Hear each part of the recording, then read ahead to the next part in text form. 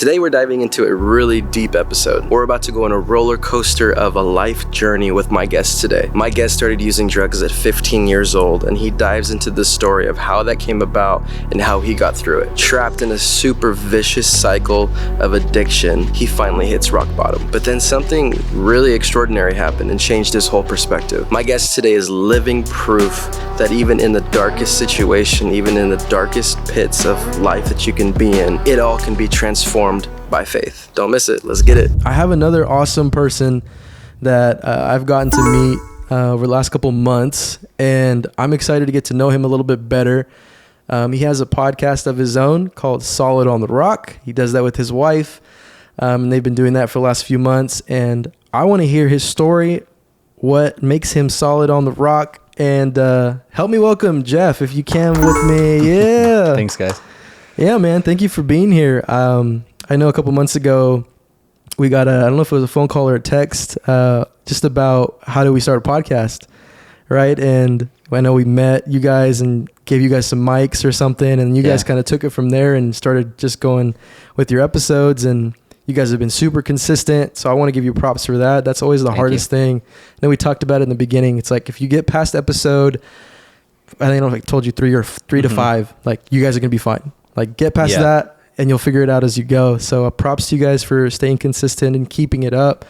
And I'm sure you guys are like more comfortable now. Oh yeah. As you gotten going.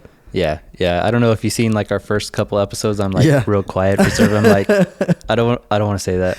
It's interesting because I know it feels kind of weird sometimes because like all these cameras and lights, and I think I even get caught up in that sometimes, but you're just talking at the end of the day, you're just chopping it up and just being comfortable, being able to be comfortable in that, I think helps a lot. So man, I just wanted to catch up with you, kind of hear your story. I got to hear your testimony on Solid on the Rock a little bit. Yeah. But I definitely wanted to dive into that. And, but first, like, how is the podcast? What are you enjoying about it? What's been some of the challenges? If you can tell me about that. Yeah, for sure. That it was my wife's baby. Yeah. That's her thing. She was the one that brought it up and had the idea.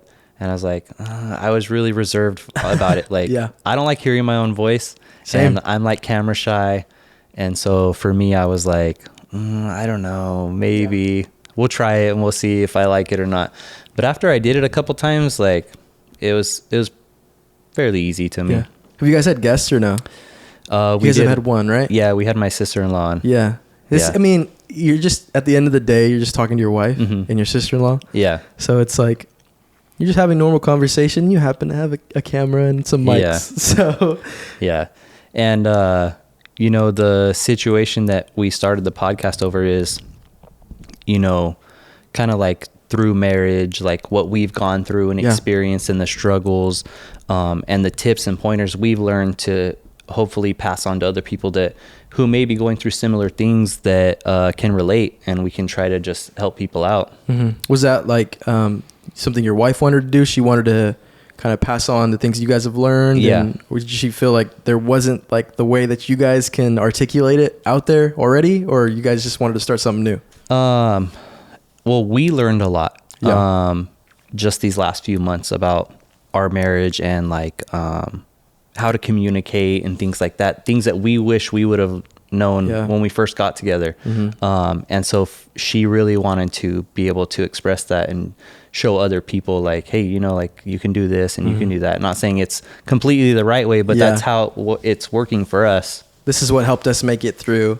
Yeah. And maybe it can help somebody else. I think that's so important, especially it's kind of why I do what I do, even online, just the little videos and stuff. It was like, these are the things that I've like experienced in, the little experience that I have, but like maybe it can help somebody going through this in the way that I articulate it. So, I love what you guys are doing. I want you guys to keep going.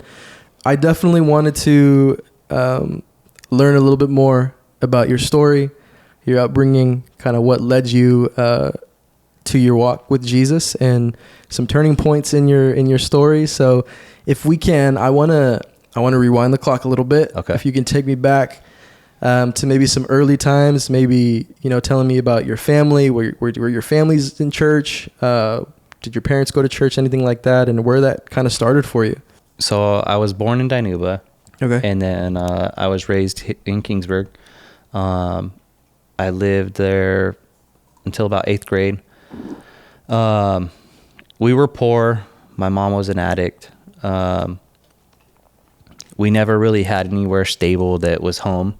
Yeah. As far back as I can remember, I only remember so much of my childhood. I remember like big important parts, but I think like just over time, like I've kind of shut stuff out to where I just like completely shut it off. Mm-hmm.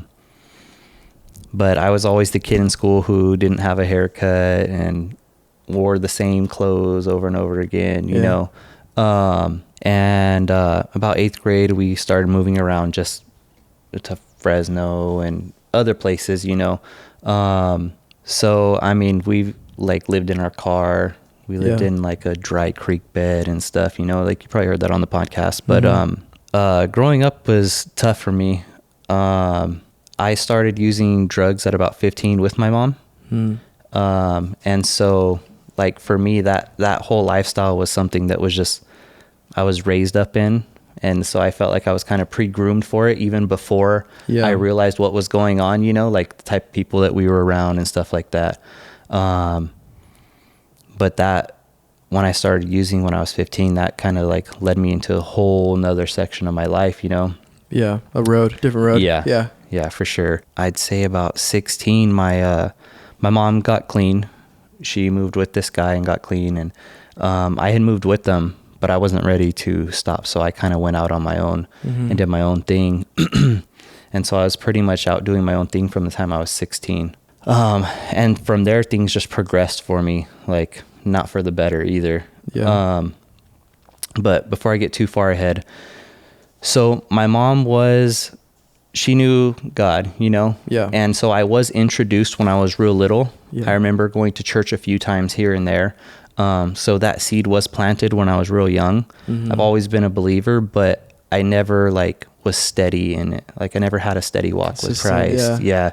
I never like had like a church that was my home church or anything like that, you know? It was like you go because your mom goes type of thing. Yeah. And even at that, I think we only went maybe because the people we were staying with might have been going. And so we went with them, you Felt know? obligated almost. Yeah. I want to pause a little bit. You said you started using when you're 15 and you're kind of already aware of kind of, you know, the life that you were living, that your mom was living. When did you kind of know and start understanding that things were a little different, or maybe becoming aware of some things that just maybe didn't add up for you? Or what was kind of the age? What were the feelings there? So I don't really know the age. I want to say maybe around 10. Okay. You know, she used to go to this one person's house and I would sit out in the car, like even at nighttime, and just sit in there for hours. You know what I mean?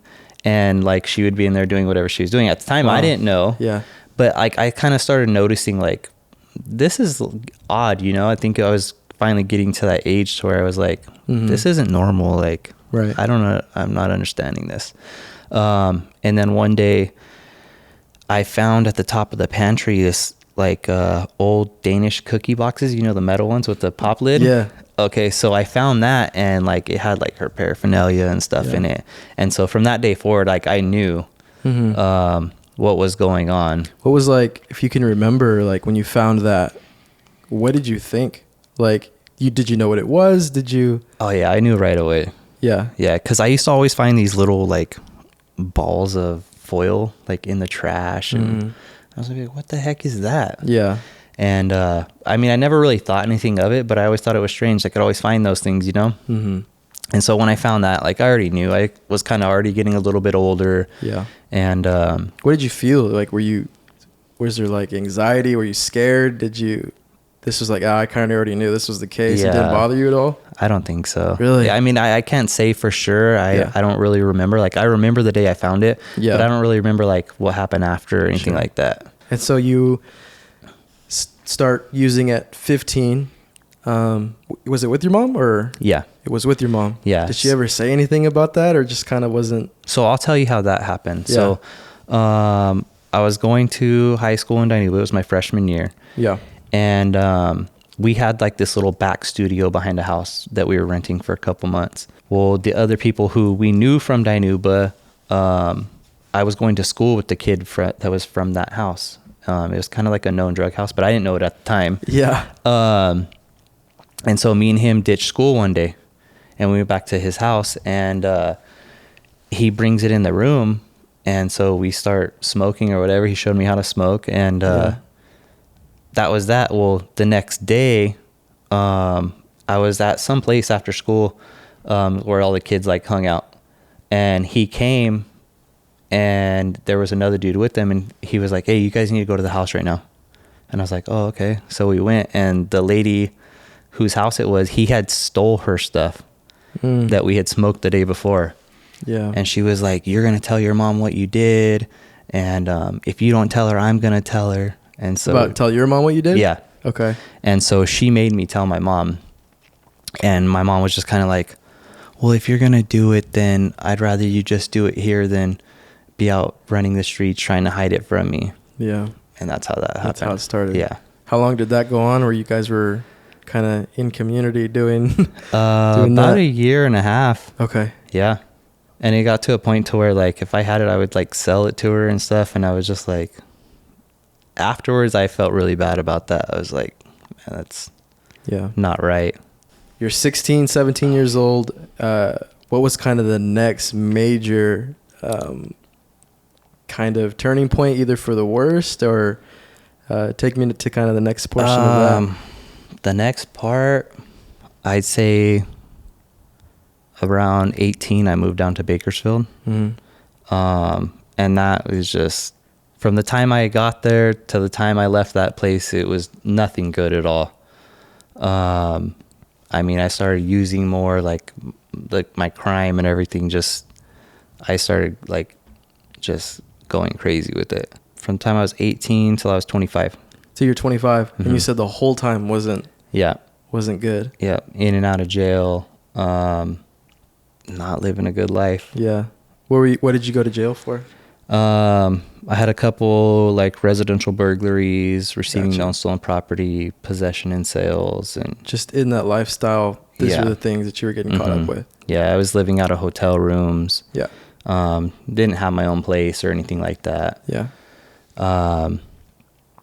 Literally just the domino effect of everything falling down around me. Yeah. Yeah.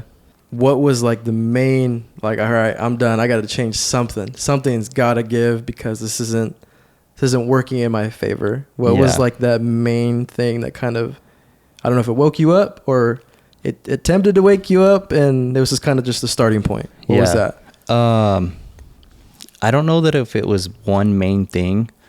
As I started to meet more people and like, I started to,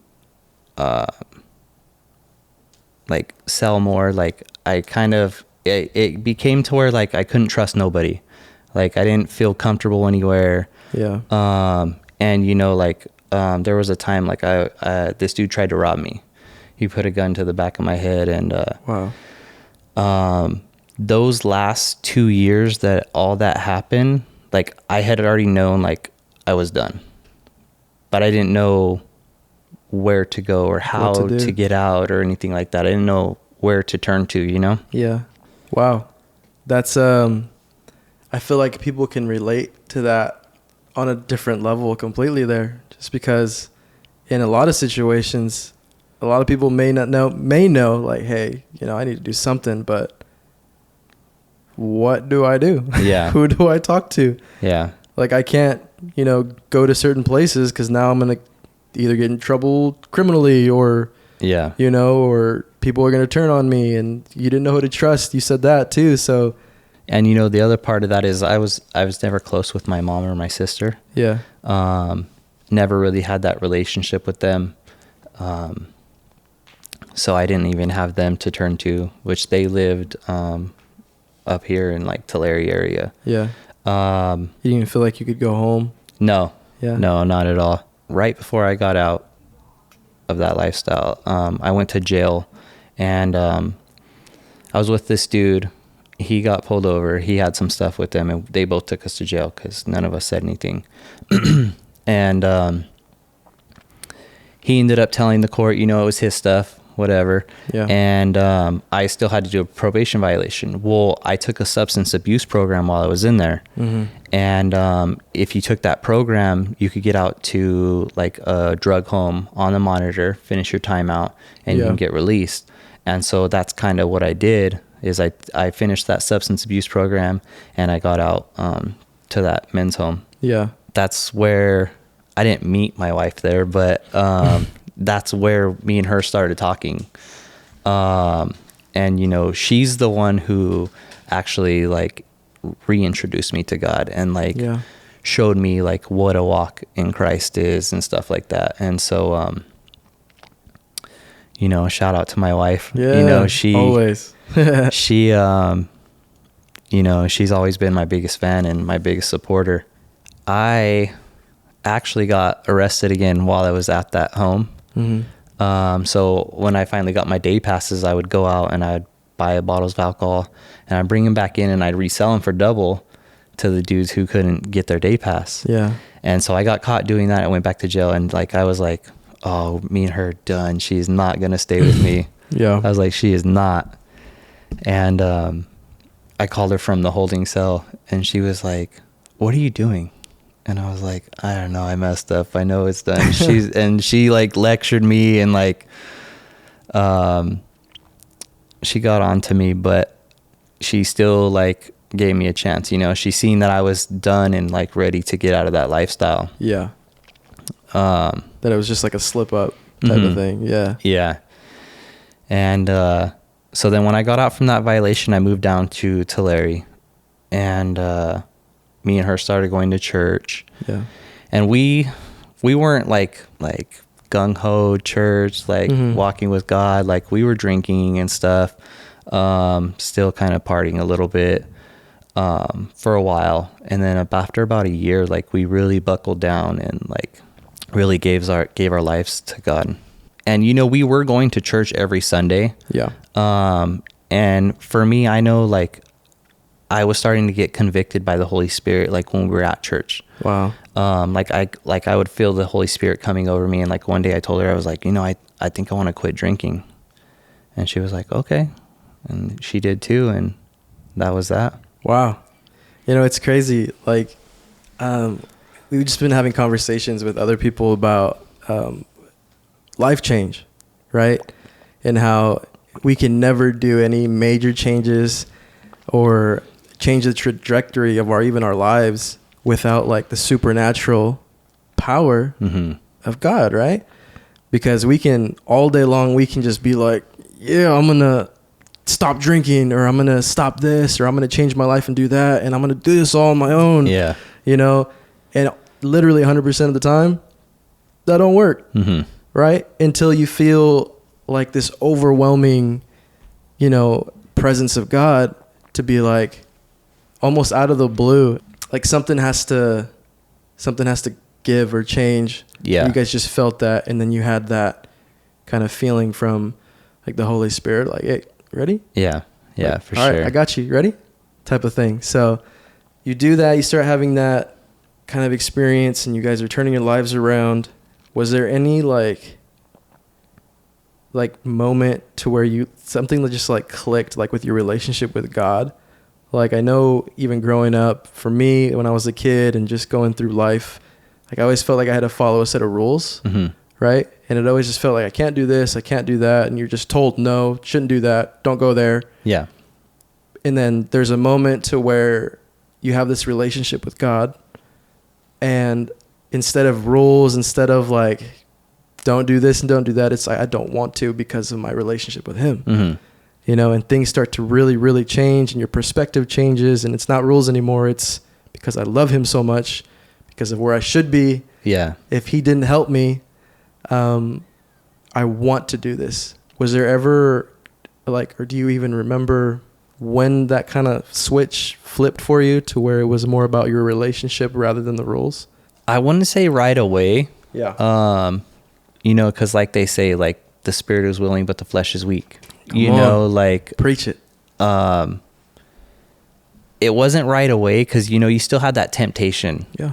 you know, and like, especially when you first quit doing something that's worldly, you know, like there's still like something trying to draw you back. Flesh wants that. Yeah.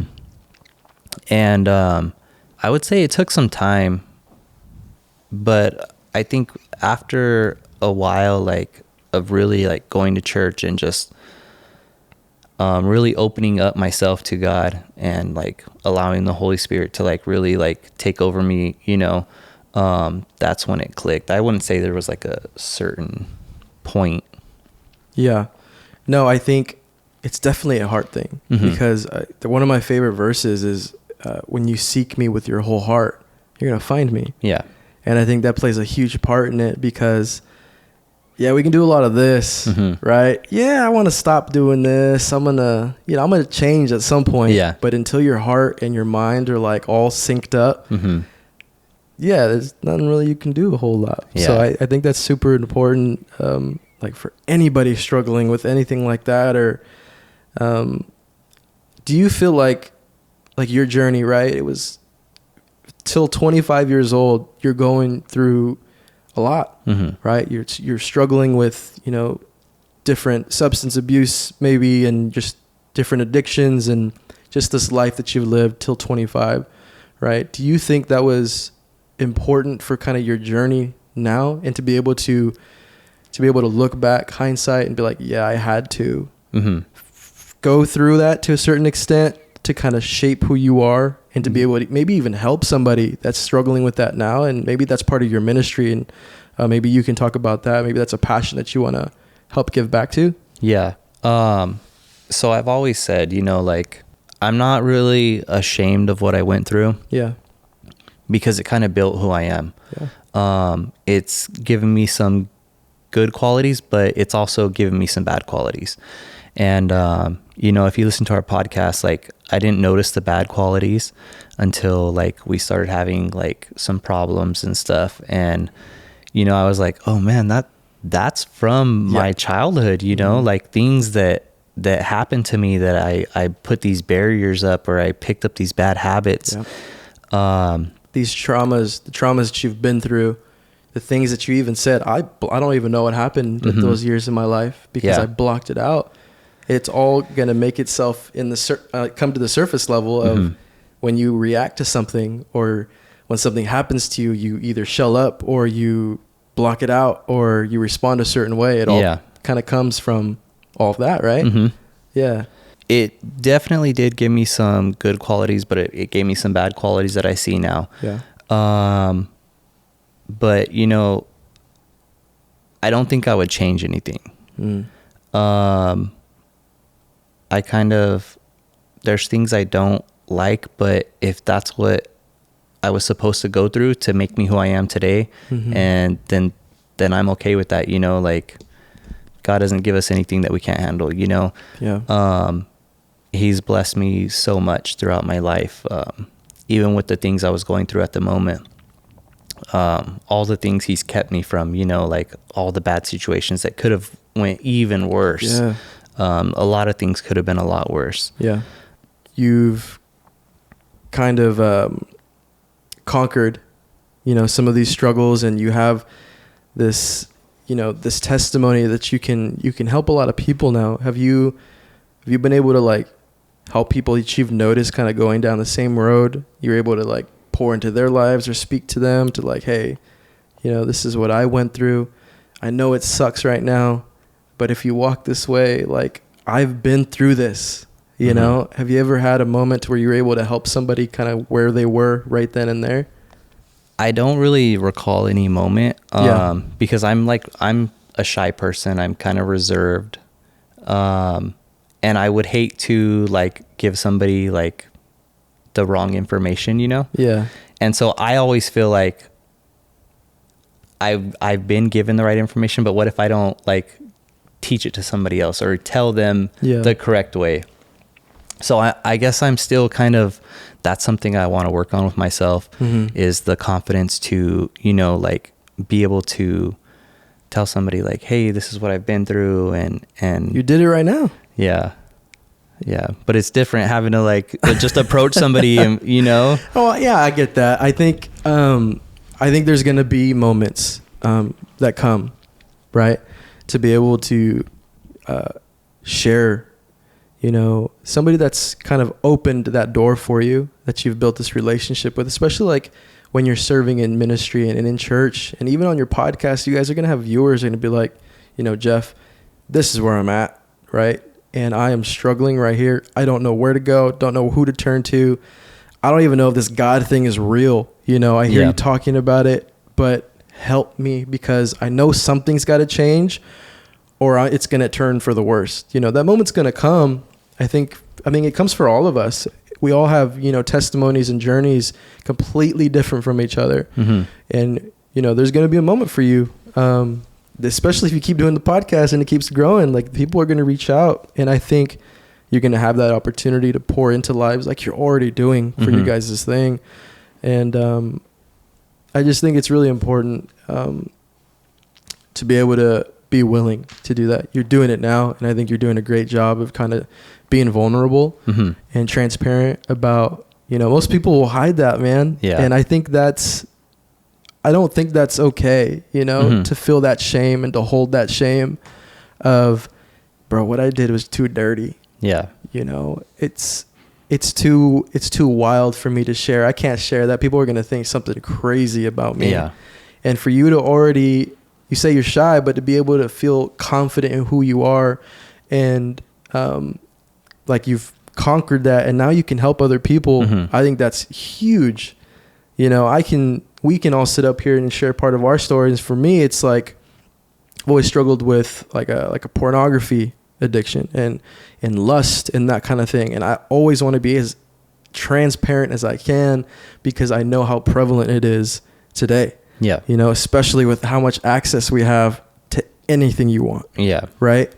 So I think that's huge. And I know that time is going to come, and it's not like walking up to someone random and, you know, hey, I can tell, you know, it's not like that. It's more of like, you're going to have a relationship to where that door is open for you to pour into their lives. And I know that's going to come for sure. Just kind of seeing and hearing your story of what God has done in your life and how you've literally overcome, and there's no shame, you know? Yeah. And that's huge.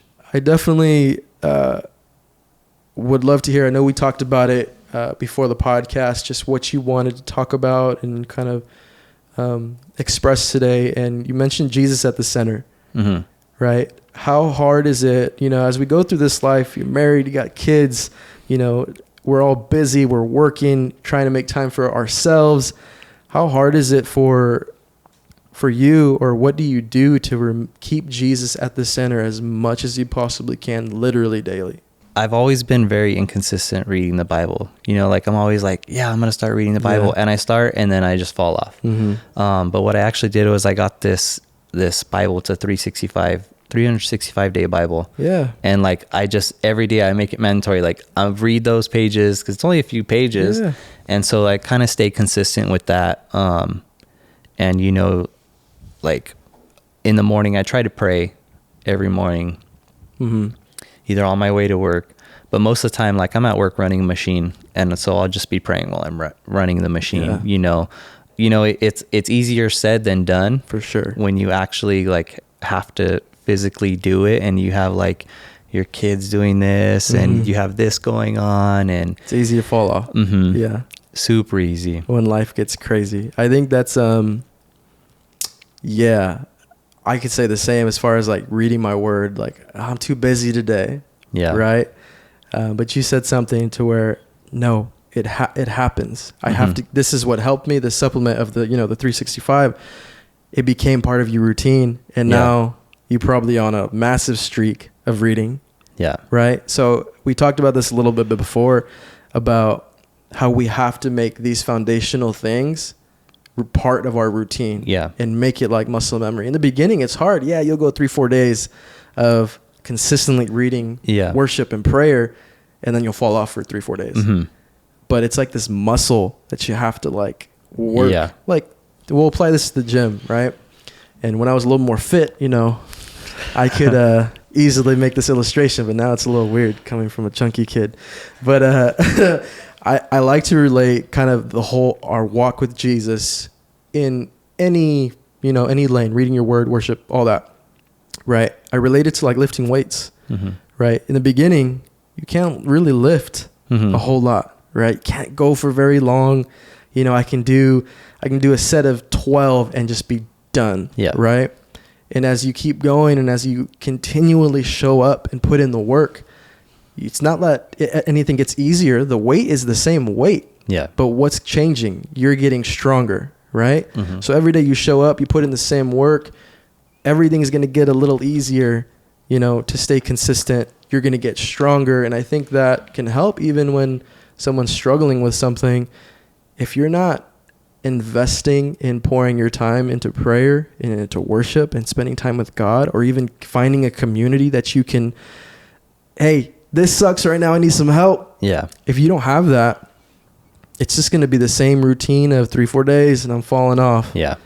Right. But when you have a community of people around you, and you have this routine already built into your literally every day, it gets easier and you're getting stronger. Yeah. And it's easier to fight off these, what your flesh wants. Yeah. It's easier to fight off the urges to look at something, or the urges to drink this, or the urges to do that, because your spirit is so yoked out of its mind. Yeah. You're like, yeah, that ain't nothing, bro. You know what I'm saying? Yeah. So I think that's really important. And that's awesome, dude, that you have time in your work schedule to be able to like, yeah, I'm in prayer, know?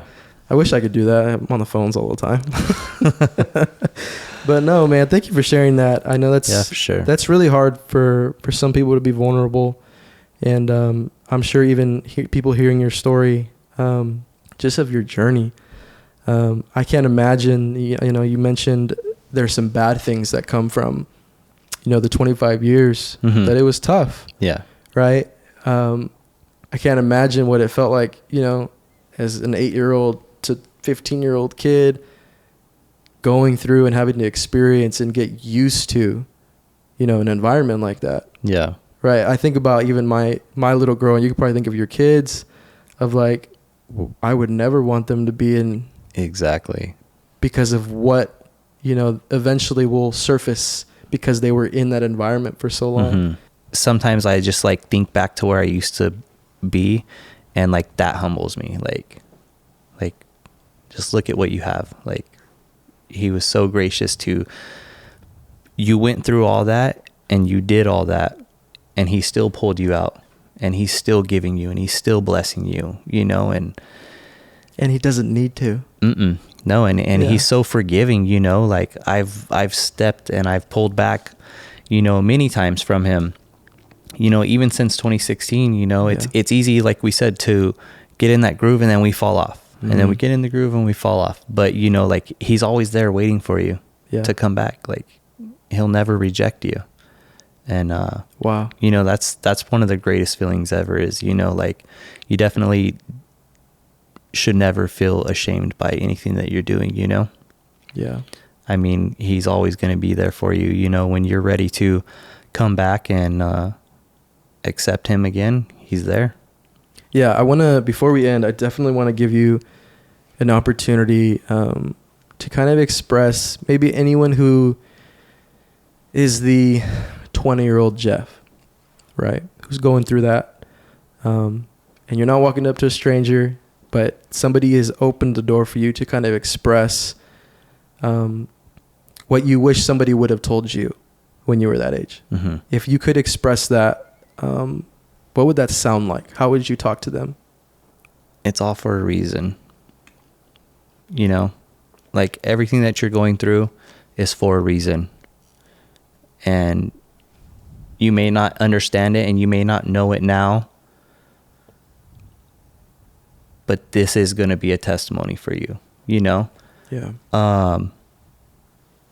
And I would tell whoever it is, like, just find a church that you're comfortable with, find a home church and just continuously go, and as you continuously go, like, just slowly start growing in that,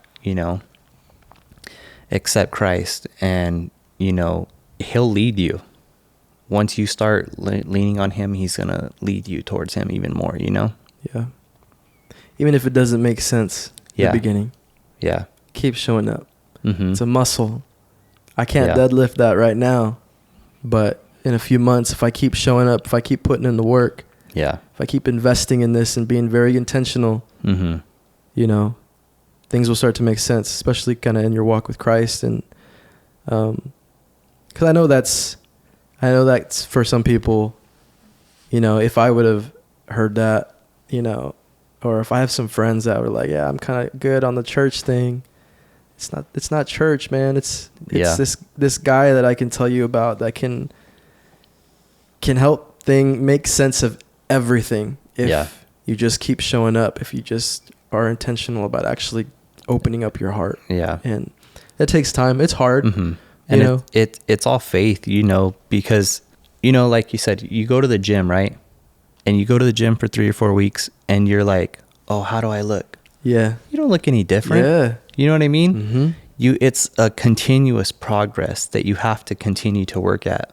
It's not just something you can just go and do and like, you're just going to get ripped, you know, like your walk with Christ is you have to have faith in it. Like, cause you're not going to see what God's doing, you know, like there's going to be times in your life where things are going to happen and you're going to hit a fork in the road and you're just going to have to choose and go with your gut and trust God that he's leading you in the right direction. Even if you apply it to a relationship, right? Your walk with God. And once you realize that it's not a religion, it's a relationship with God, right? You don't know who I am in 1 week, right? You don't know who I really am in a month. Yeah. Right? It takes showing up. It takes time. You're building a relationship. Yeah. I can do one ab workout and check, and there's nothing going to be different. I'm going to be probably a little depressed, you know? But if I keep for 90 days, even 3 months, if I keep showing up and giving everything I have, I'm going to see something. Yeah. You know, a couple of weeks, I'm going to see something. Maybe not 3 or 4, maybe 6 to 8. Yeah. But so many times people will give up in 3 or 4. Yeah. Because especially today's culture with the instant gratification. Exactly. Bro, that can apply to everything, right? Not even just your relationship with God, but like the gym, your relationship with your wife or your girlfriend, school, everything. Like that's not a thing. Instant gratification. Yeah. But I think it all comes back to what you alluded to in the beginning of this podcast is it's all about the routine that you set. Yeah. You got to find structures. You got to find supplements, the 365 Bible that can help you stay on track. Get these little small wins. One of the things that I like to, and we can end it here. One of the things that I like to for new believers that want to get started, you know, in their relationship and just figuring this whole thing out. I actually learned this from Transformation Church. They do something called Thirsty 30, right? Someone who's really thirsty for more or thirsty for God, right? 10 minutes of prayer, 10 minutes of worship, 10 minutes of reading. If you can do Thirsty 30 every single day, that's a good starting point. Yeah. Is there anything else you want to say before we're done? No, I think that's it. Thank you for having me. Absolutely. This is pretty cool. Let's clap it up for Jeff. Thank you, man. I'm going to put their podcast in the description. I still don't know what the name of this podcast is, to be honest. This is my channel. I'm Aaron. But yeah, until next time, I'll see you in the next one. Shake.